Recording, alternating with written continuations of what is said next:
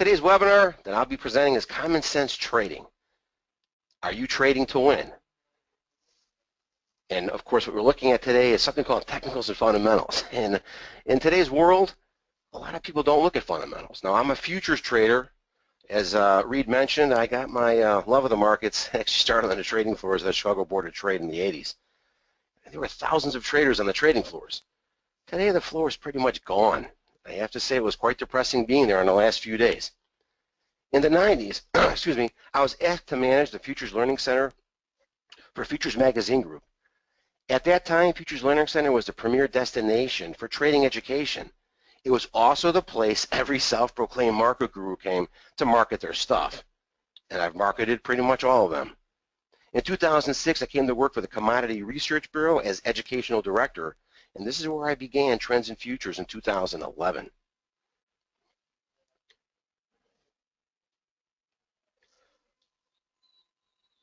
Now, real quick, the most important tool, as far as I'm concerned in trading, is for everyone. Know thyself. You are the reason you're either successful or not successful. You have to focus on your strengths and your weaknesses. Strengthen those weaknesses. And understand, you are the one that's going to take you to the successful areas of trading. You have to know yourself. Know your limitations. I know myself. And you also have to realize, and excuse me because I'm fighting a Chicago cold right now. I'm fighting a Chicago cold, so just bear with me for a while. One thing you have to realize is you need balance in your life. I have a wife and kids, and I balance that out with trading. The most important thing to me is I trade to live. I don't live to trade. So again, the most important tool for me is know thyself. And I guess Socrates here would have been a good trader.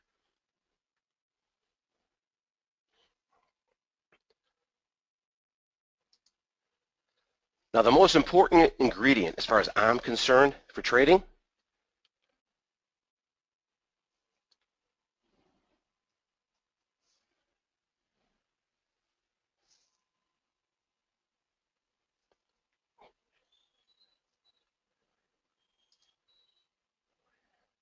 is winning consistency. It's a most important ingredient. What do I mean by that? Well, we talk about consistency, and we talk about you could be consistent as a loser. What you want is winning consistency. With winning consistency becomes what you'll get is the next two most important ingredients, which are confidence and discipline. Winning consistency will give you the ability to be confident in what you're doing. And with the confidence, you develop discipline. A lot of people ask me, I hear a lot about discipline in trading. How do you develop discipline? Discipline in trading comes from confidence in what you're doing. To develop confidence in what you're doing, you need to have winning consistency. And hopefully today, I'm going to show you exactly how to do that.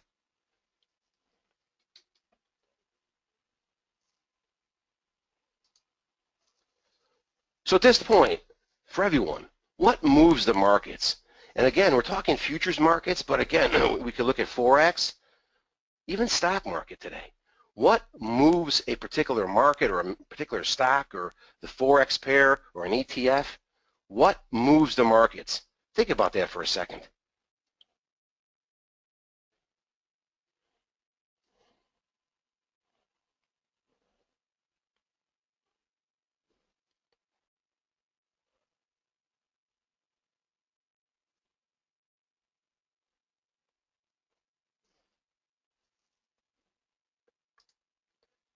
Okay, what moves the markets?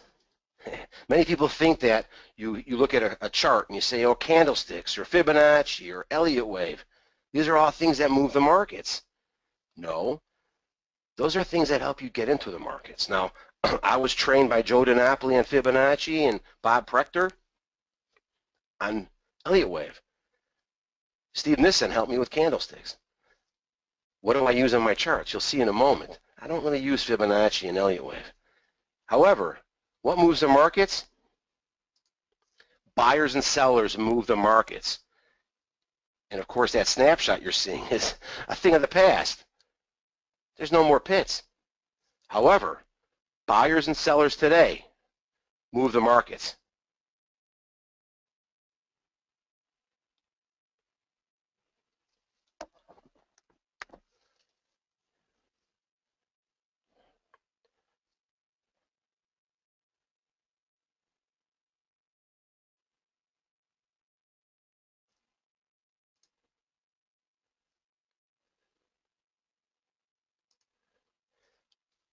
Now, how do you watch the biggest buyers and sellers today in the markets? Now, again, we're talking futures markets. We're talking E-mini S&P. We're talking treasuries. We're talking the T-bonds or 10-year notes. We're talking everything from currencies to softs to grains to meats, all the futures markets. How do you watch the biggest buyers and sellers today? And why is that important to you? Well, one major reason for that is what we're looking at today from the Bank of International Settlements right now. What are we looking at? This is the amounts outstanding of over-the-counter derivatives held by who? The big banks. The big banks are really involved today, or heavily involved today, in all commodities. This wasn't like that before 1999. And here, very quickly, total contracts. This is as of December 2014. This number is $630 trillion. This is in billions of dollars. That's $630.149 trillion of notional amounts outstanding. This is by swap dealers or the big banks or dealer intermediaries. What's happening here is really simple. Big money is pretty much involved in everything today. Yes, big banks were always involved in interest rates and currencies. That was their business. After 1999, they came into equities and the E-mini S&P. If you trade the E-mini S&P, realize big money at this time is around 75 to 80% of open interest. And that's all the markets. What I find interesting here is gold. Everyone's wondering why is gold not trading at $2,000 an ounce today? What happened to gold? What was the drop in gold caused by? A very, very large drop in gold demand where investment demand dropped.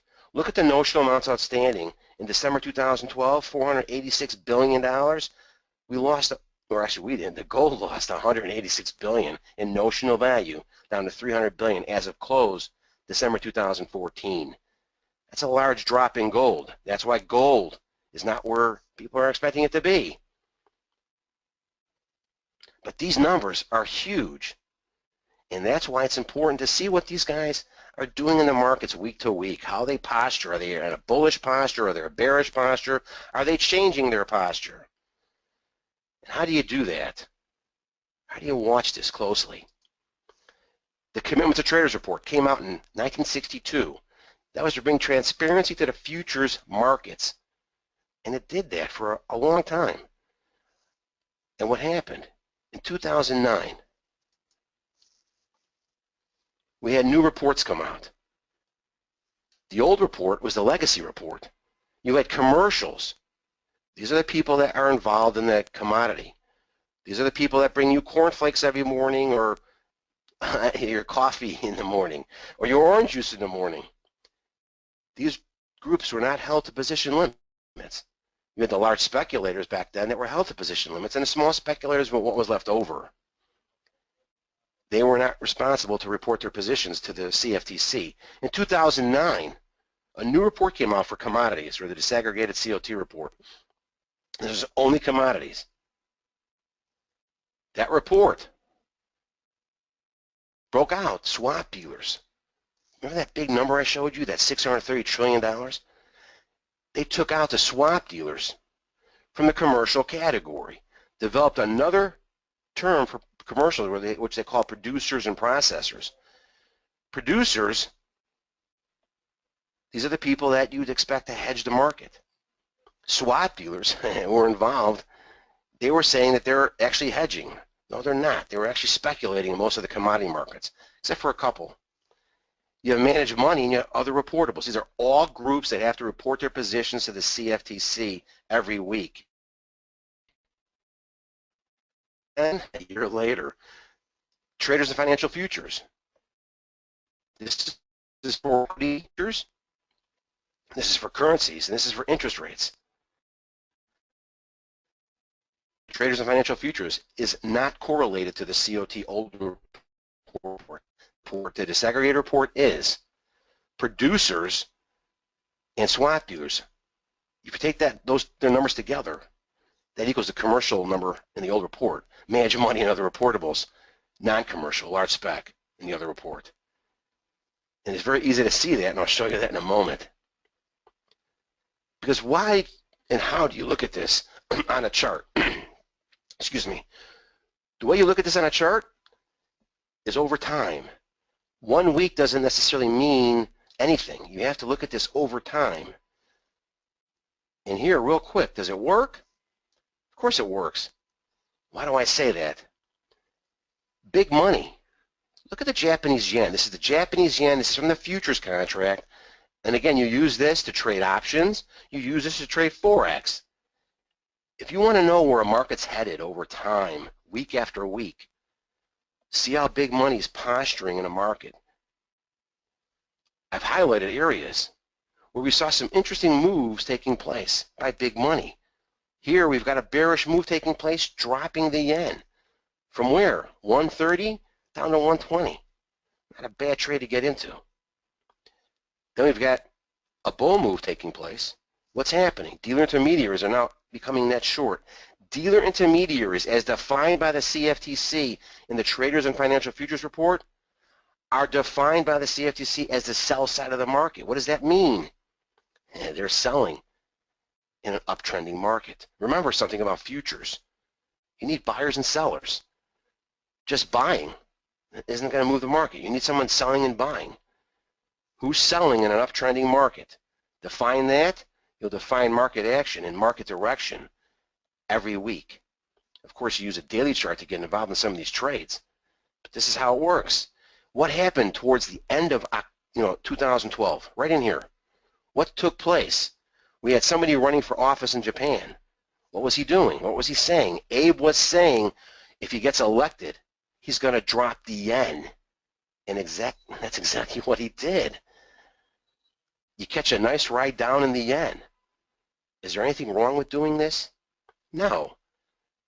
And of course, you get stopped out on a move up right in here. I cover all these stop placements and all the entries at Trends and Futures. But keep in mind, you get stopped out here. What are you waiting for? You're waiting for some other action to take place. Remember, when you're looking at this down here, this is a bearish posture. Dealer intermediaries are not supposed to be net long, but they are here. And look at the weakness in the Japanese yen. And here, of course, a very long, lengthy period of time in the yen of what? You've got a range and a weekly chart, but here, back in here, how do you catch a move like this down? Well, here, a strengthening bearish posture by big money pushing down the yen. Now keep in mind, I don't just look at this to trade. I have my trading strategy, and I have my favorite indicator, which I'll cover in a moment. But keep in mind, you want to catch moves like this, up and down, they happen all the time, all year long. You can catch 40 or 50 moves like this just by using the COT. Today, right now, where's the yen? Well, first of all, back in here, I thought for sure maybe the yen will start coming up. If we see dealer intermediaries become net short and leverage funds becomes net long, we might see a move up in the yen, but that didn't take place. A very strong bear took over again. Not a big drop, but keeping the yen down. And of course, here's 80 on the yen. What do you need to see for the yen to start really coming up strong? We need to see dealer intermediaries become net short. If they keep on doing this, the yen's going to stay weak, stay in a range. Just keep an eye on this.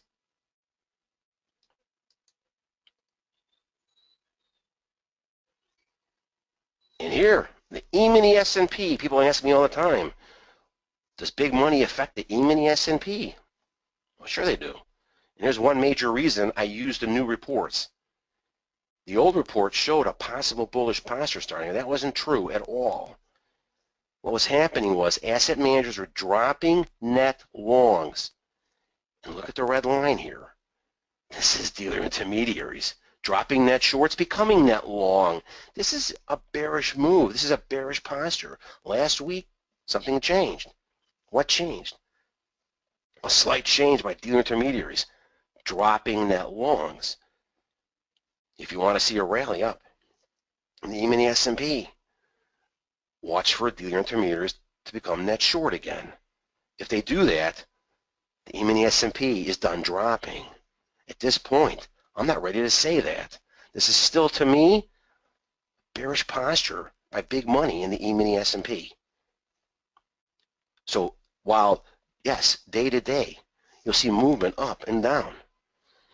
Overall, when this started in July or mid-July, this bearish movement, look at overall, the E-mini S&P came down.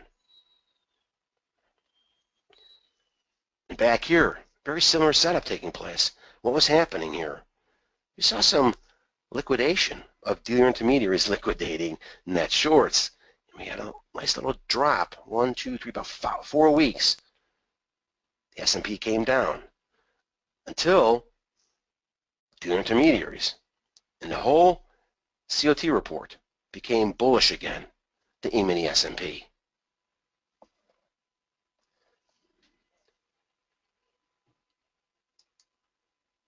Here, the euro. How many of you caught the move down in the euro or the euro-US dollar? Same thing. What's happening? Very strong bearish posture by big money in the euro. This took place last year. As a matter of fact, at the CRB TrendTrader, which is a system that we use to recommend trades, this TrendTrader actually recommended a short in the euro and the euro-US dollar back in July 2014, catching a really nice ride down. And of course, when you're doing this, you're rolling over contract months when you're trading futures. You're not doing that with the euro-US dollar Forex pair. And we cover Forex and futures at Trends and Futures. But here, same thing, a bear by big money. Dealer intermediaries are on the wrong side for a bull market to take place. When they start liquidating, sure, the market's going to come up. But this is still what I call a bearish posture. These are bull moves in a bearish posture, which I cover every week. At Trends and Futures, I highlight all of the markets with the COT. I tell people, this is a bullish move this week, this is a bearish move this week, and if this continues, the market's going to continue to go up or go down. But you can see here some very interesting bullish moves, and you can see the price action come up. You see that right in here. And today, the euro is having a problem with 114. You want to see a break and closes above 114? Dealer intermediaries have to liquidate their net longs and become net short. If that takes place, the euro is going to be coming up well above 114.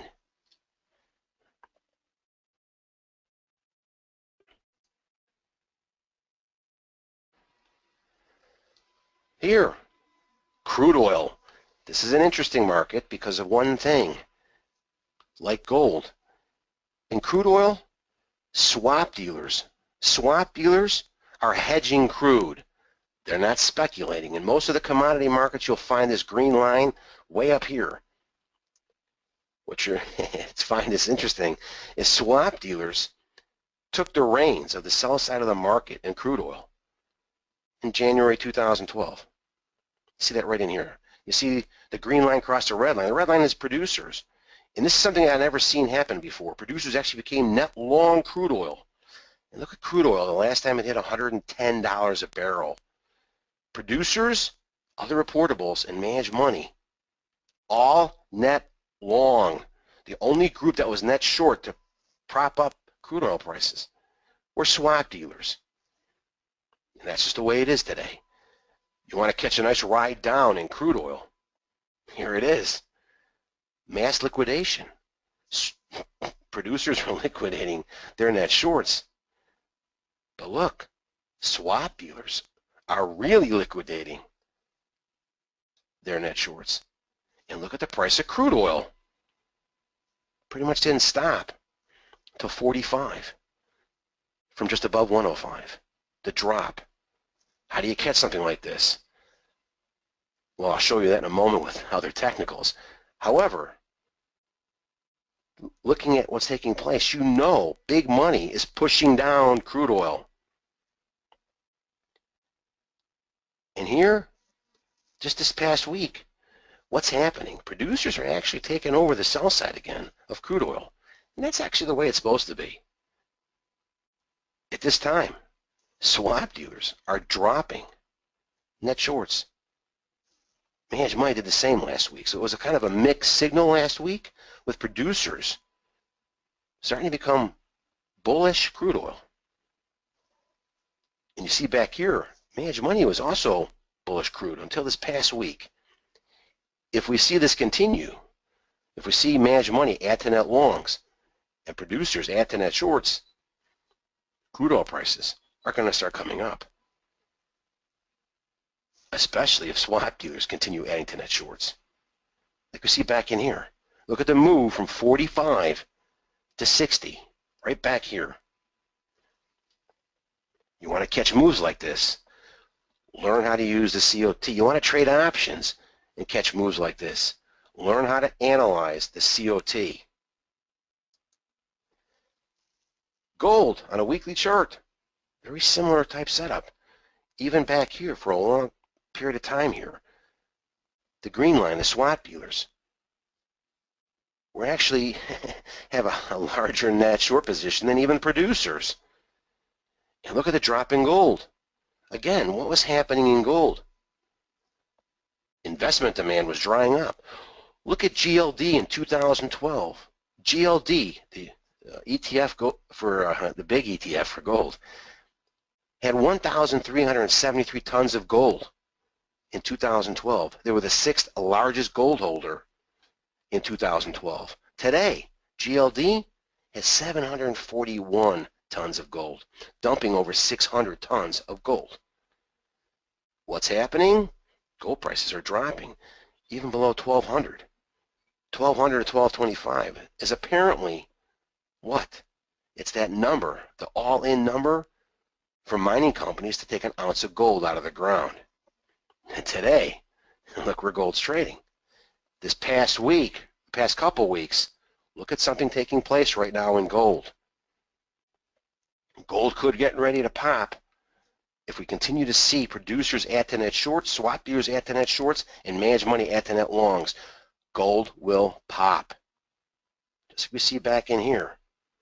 Gold popped from 12 all the way up to just below 14. Same thing back in here. Gold popped. When gold pops, having the support of big money, bullish support of big money, gold will rise.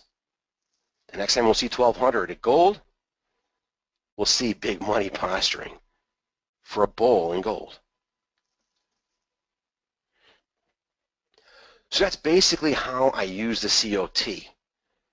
I'm not looking for a COT index. I'm just looking at how big money's moving around the market on both sides, buyers and sellers. I'm not looking for one group to follow. You don't do that, especially today. You want to look at the group as a whole.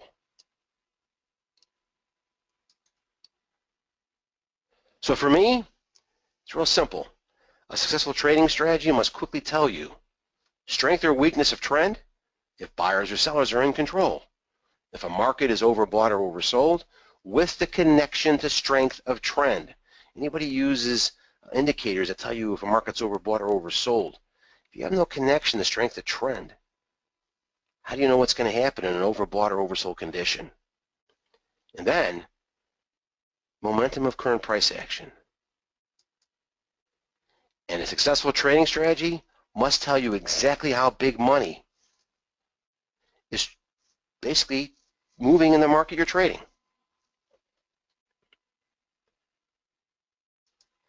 Now, my favorite indicator I mentioned I was going to tell you is ADX. ADX is part of the directional movement system. Now I have a whole video on how to use ADX at the Trends and Futures website for not only position trading, but for also intraday day trading.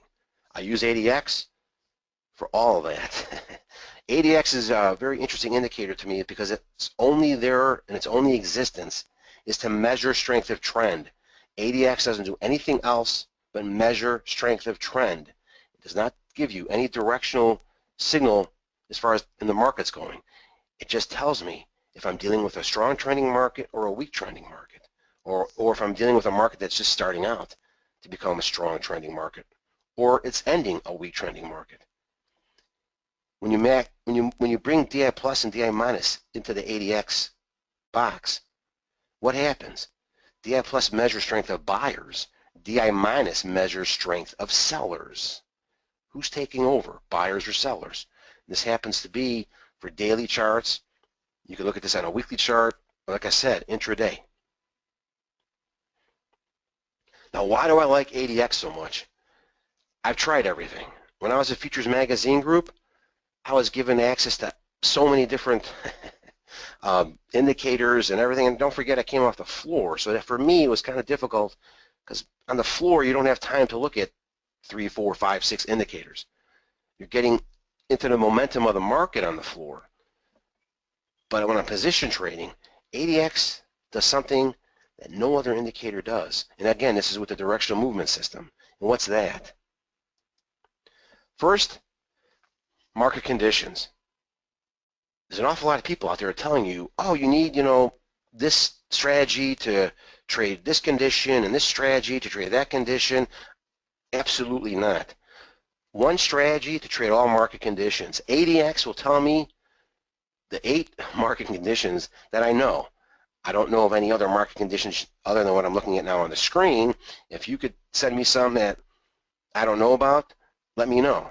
But market conditions, whether you're looking at the stock market or whether you're looking at futures or Forex, trend condition. You've got a weak trend weakening. You've got a weak trend strengthening. Market's in a range. You've got a strong uptrend starting, strong downtrend starting. Price action, rising or dropping.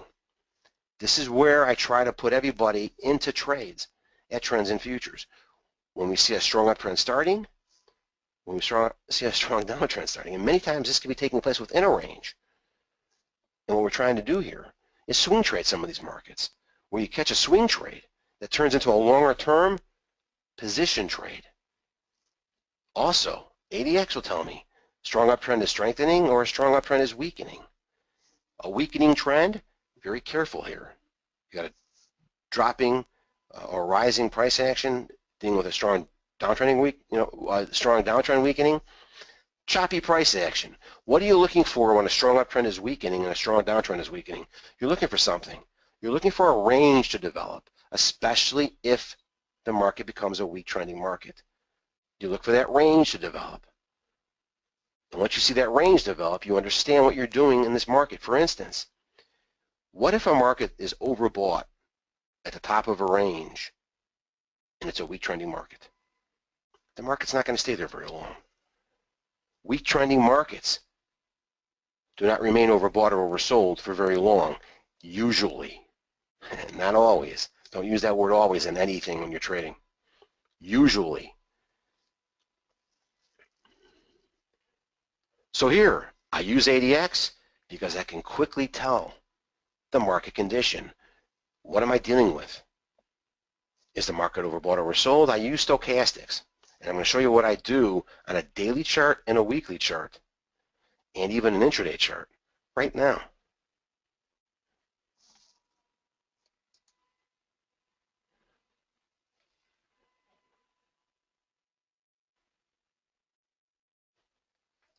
So on a daily chart, my trading strategy on a daily chart, candlesticks. Yes, I use candlesticks. I like candlesticks. They can very quickly tell me the relationship between the open and the close, much quicker than not using candlesticks. I also like some of the candlesticks I like to look at, like dojis. When they're there and other things are in place, usually a strong move taking place. I use 3 different exponential moving averages. I use a 4, 9, and 18 day. At Trends in Futures, we have a modified ADX. It's a 14-period modified ADX. If you want to learn more about that modification, go to trendsinfutures.com. We've got a 14-period DI plus and a 14-period DI minus. I use stochastics, like I mentioned. The secondary indicator is MACD, just giving us that extra level of support. MACD is at 1226.9, and of course I have volume on the charts. This is a daily chart. And that's with futures. With Forex, very similar setup, no volume. On a weekly chart, and here it is, on a weekly chart, candlesticks, a 10-20 period exponential moving average, a modified ADX 10 period, DI plus and DI minus are both set at 10 in stochastics. You could set that at 14 or 12. And on the futures charts, at Trends in Futures, all reports have the COT on it. When you see the COT line up with these technicals, hold on for the ride.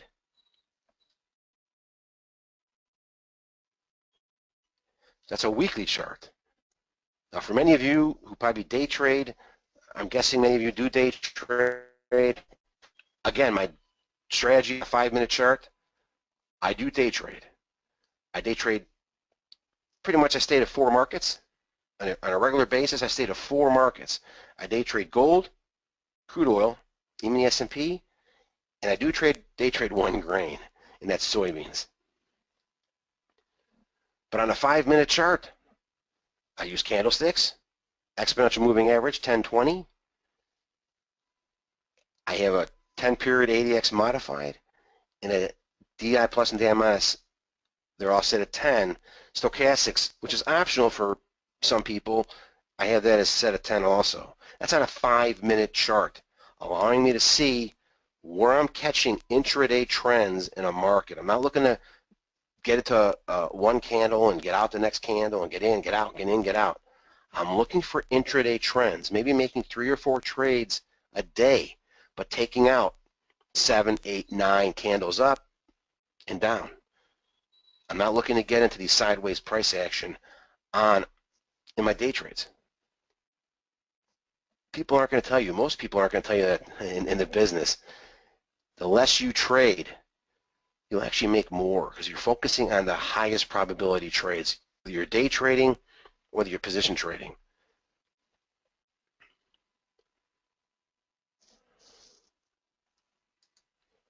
So real quick, I'll give you a really quick snapshot of the crude oil chart.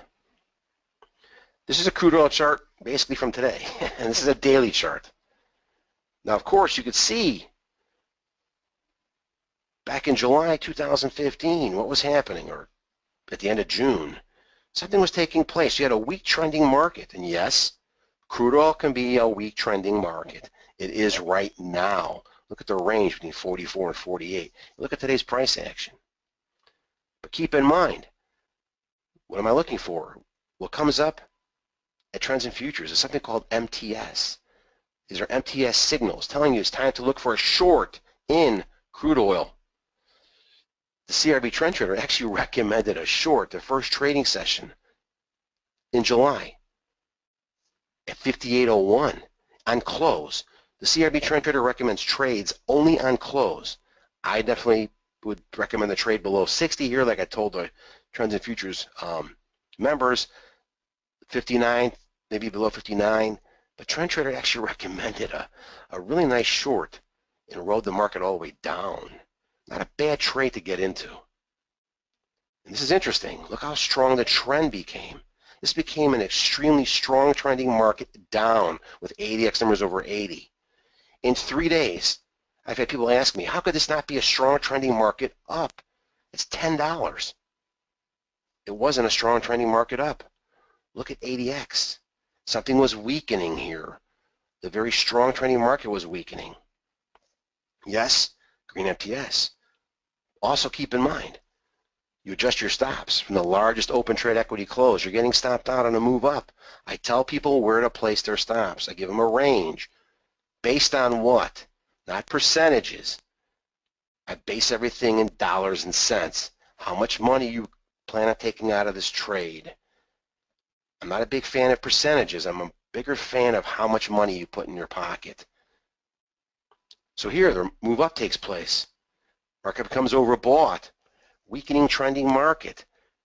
Good chance it's not going to stay there very long, and it doesn't. It gets right into a range between 44 and 48. Remember what I said? Weakening trending market. Watch for a range to develop. That's exactly what takes place. A range develops in crude oil. Not a small range. 44 to 48. It's $4,000. But this is still a range. At this time, it's still a weak trending market, even with today's price action up. But ADX is moving in the right direction. It's moving up. But this is still a weak trending market. You've got to watch for that correction down. Be very careful here if you're long right now. If the market becomes overbought, you want to make sure ADX numbers are climbing and DI differential, the difference between DI plus and DI minus, is also rising.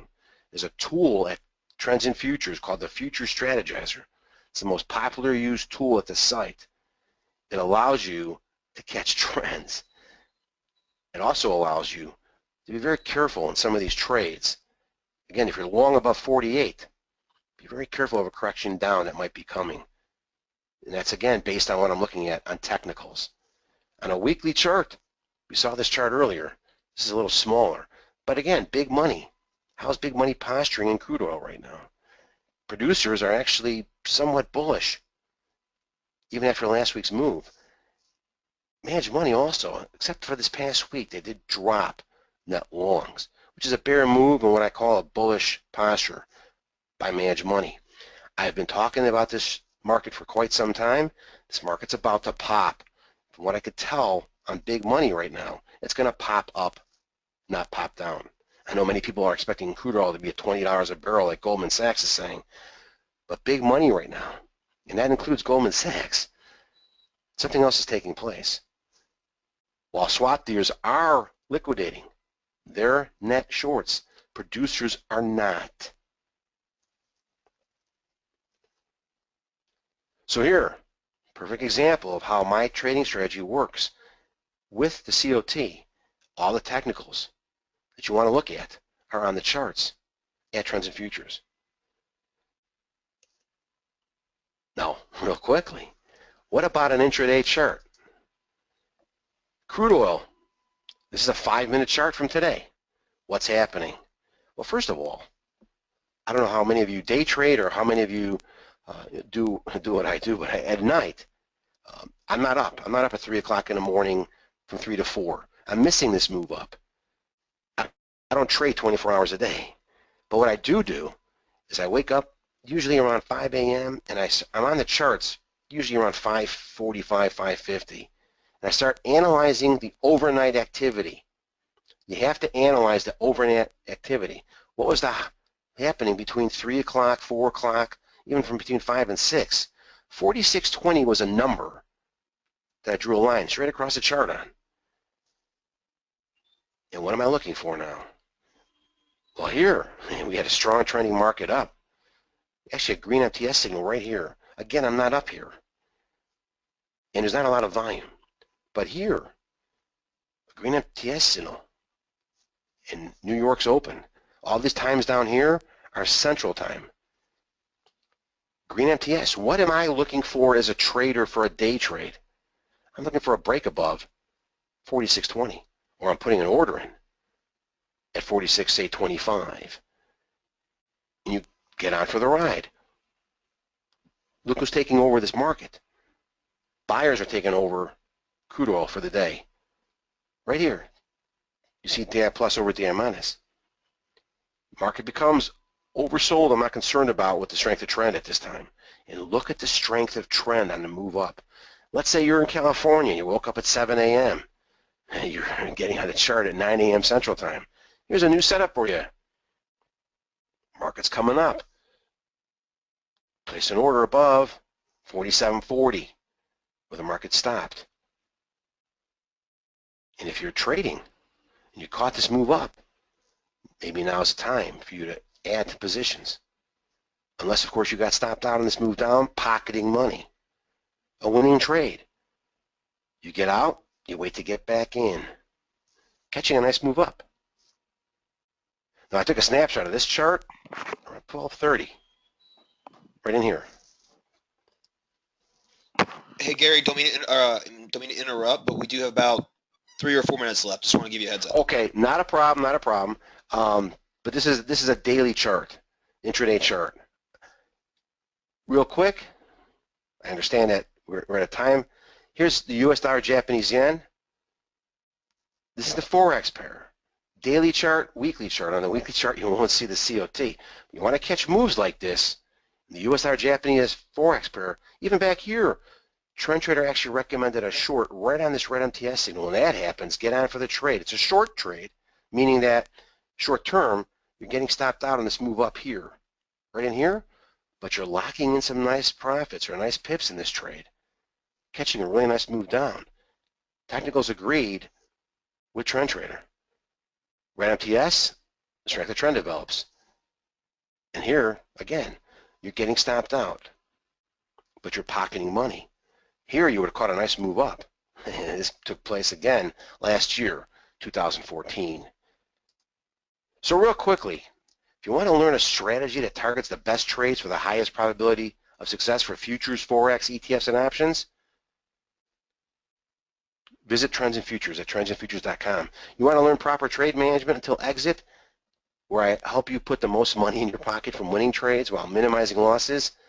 At Trends and Futures, you'll have unlimited access to all the new positions recommended by the CRB TrendTrader. I do 2 videos, the Trade Alert videos, which details the new recommended positions, and also a position update highlighting the current positions. You have access to the Futures and Forex strategizers, which I created to save myself time in analyzing the markets. On that, you also get my comments on my MTS strategy and the COT reports. You get free ebooks and PDFs and educational videos. I do a members-only common sense trading for the week ahead webinars, helping you plan your trading week. If you want to see a 7-year trade history for the CRB TrendTrader, it's at Trends and Futures. Also, for this webinar, you'll get a personal one-on-one trading consultation with me on the phone. You'll be on your computer, I'll be on my computer, we'll go through Trends and Futures, we'll talk trading. Also, take a 30-day free trial to Trends and Futures. There's the URL. There's no S there because I'm not asking you for a credit card. I don't believe in trying to lock you into auto renewals. You have to call me to cancel. Take a true 30-day trial to Trends and Futures. It's trendsandfutures.com/free trial 30. With that trial, you'll get two ebooks. The new COT reports. It's a complete book on how to use the new COT reports. Also, if you trade options, get yourself the Option Strategies Guide. There's a must-read options primer in this guide, and also my take on options. Also, this is one of the oldest books written on options. And when you see it, you'll see that this book has been copied many times. This book was actually first written at Futures Magazine. So here, again, take a free 30-day trial. I don't know, Reed, do we have time to take questions or not? Do we do that here? Usually I take questions on my webinars. Yeah, it looks like we have like a minute left, so if you want to take 1 or 2 questions, that's fine, yeah. Can you read the questions? I don't seem to have that on my screen right now. Yeah, for sure. Anyone have any questions they could ask and you could read it and tell me what the question is? Yep, 1 second. Okay, so I have a question. It says, when you say drop shorts, is that bullish? If it depends who's dropping the shorts. If in fact, if you're looking at dealer intermediaries, if you're looking at your producers, if they're dropping net shorts, that's actually bearish. However, when you look at managed money, or say asset managers or leverage funds, they're dropping net shorts, that is bullish. If the sell side is net long, dropping their longs, that's actually bullish. So the whole idea here is if the sell side is the one pushing the market up, for instance, the chart I showed you with crude oil, the sell side was actually liquidating their net shorts. That's actually bearish. That's the sell side getting out, and dropping the price of the underlying commodity. This is truly what lies beneath all trends, the buying and selling by big money. This is what happens in these markets today. It's the way it's always been. Again, I can't explain it even any further than that about as far as saying that's what happens in the markets today. And I do believe that's all the time that we're going to have, unfortunately. But I will put your email address into the chat box so they can email you directly with any questions they might have, and also your. Is there any way they could do that URL too? Yes, I put in both the URLs, so they have the free trial one as well as the one to your direct website. Okay, great. So Reed, I do want to thank you for having me today. I appreciate that. Oh, thank you, Gary. I appreciate it. And it. I do want to thank all of everyone who joined me today. I hope what you learned here helps you have your most profitable trading year in 2015. I have no doubt in the long run I can help you achieve that with trends and futures. And as always, I end all my daily videos with the same thing. The most important thing is for you to be well. Then you could trade well and follow the trends.